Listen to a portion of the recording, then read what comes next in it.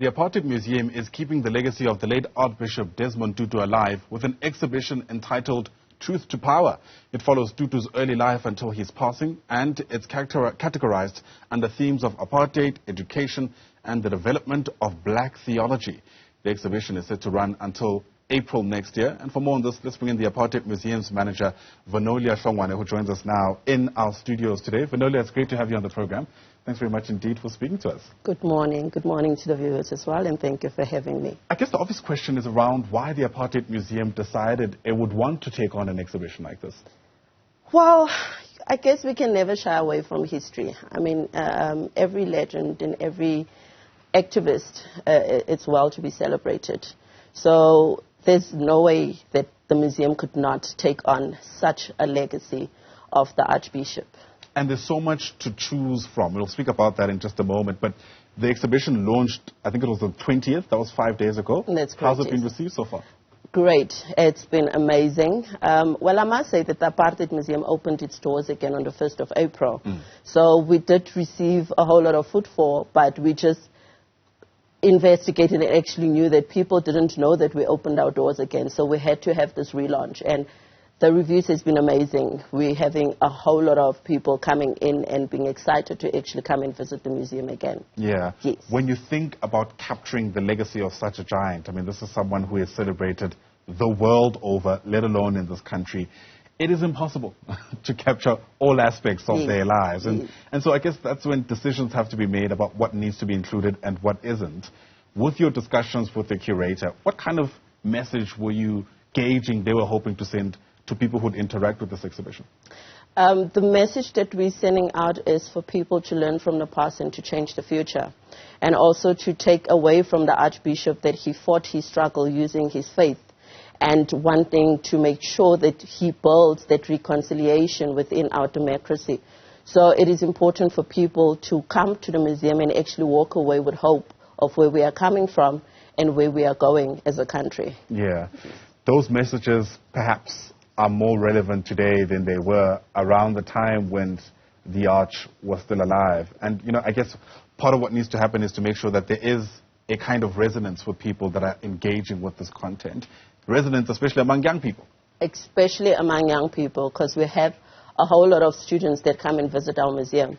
So it is important for them to actually learn from what the activists were fighting for. They need to take in that, you know, they were giving them hope for them to be able to have the kind of education that they have today.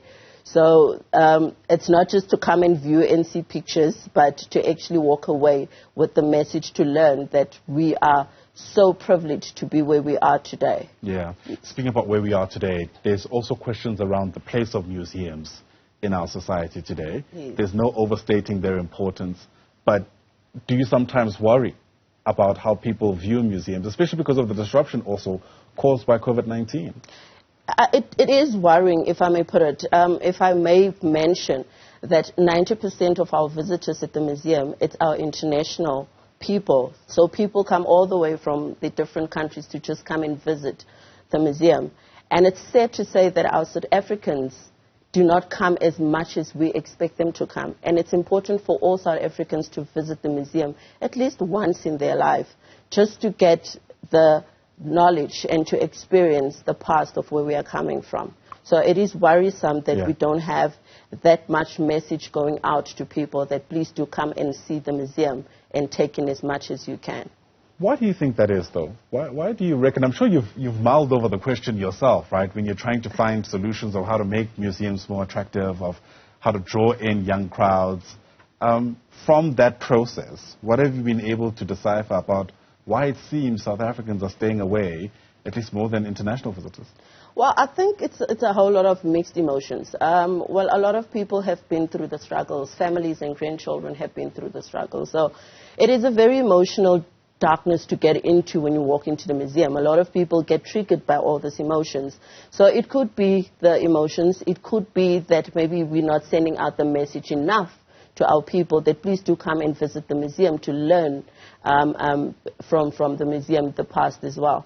So it could be the message, it could be emotions. So Either way, we have to make sure that we get the message out for people to see the importance of coming to the museum. 100%. You know, when it comes to exhibitions like the ones we're speaking about involving the Archbishop, there's also been criticism sometimes that we're not critical enough, generally speaking, about these figures. Yes. You know, Yes. Is that something that you also consider as you curate or decide which exhibitions to put on? Yes, we do consider that. It's information that we have to share. We have to share the good and the bad. So our museum has that, the good and the bad. We highlight every information, the sellout, what people were reckoned to be. So it is important that that message get out, that they understand that we are not trying to curate information that is false-handed, but information that is accurate to people, that, look, this is how this person was perceived.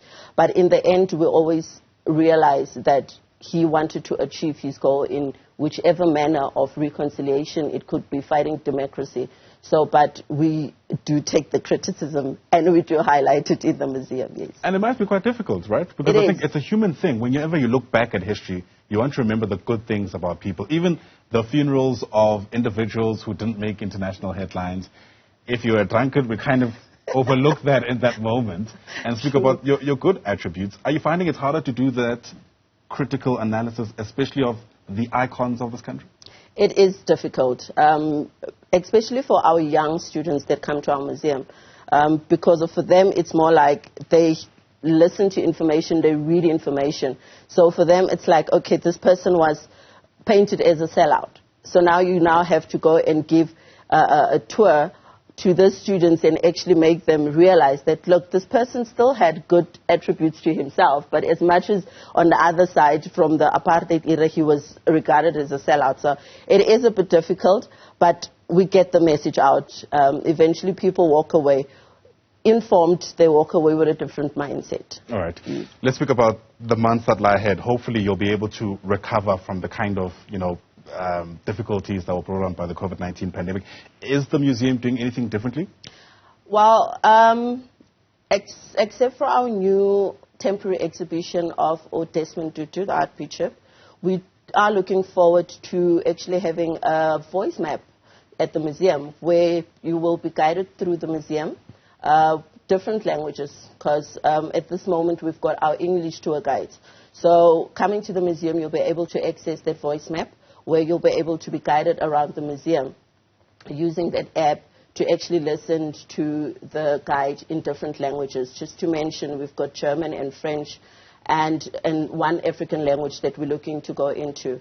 And we're actually looking for people to enjoy this app. We're actually getting Wi-Fi in the whole of the museum to make sure that people enjoy the experience and get to take away as much as they can. So we're hoping to achieve more footfall, more students and more South Africans coming to the museum. And hopefully they're all listening to you. Vinolia, I am hoping. Thanks very much indeed for coming in. Thank you so much for having me. Really do appreciate your stopping by to get us a sense of how the Apartheid Museum is faring, given, of course, the place that museums find themselves in this country post-COVID-19. Vinolia Hlagwane is the manager of the Apartheid Museum. Once again, thanks very much indeed.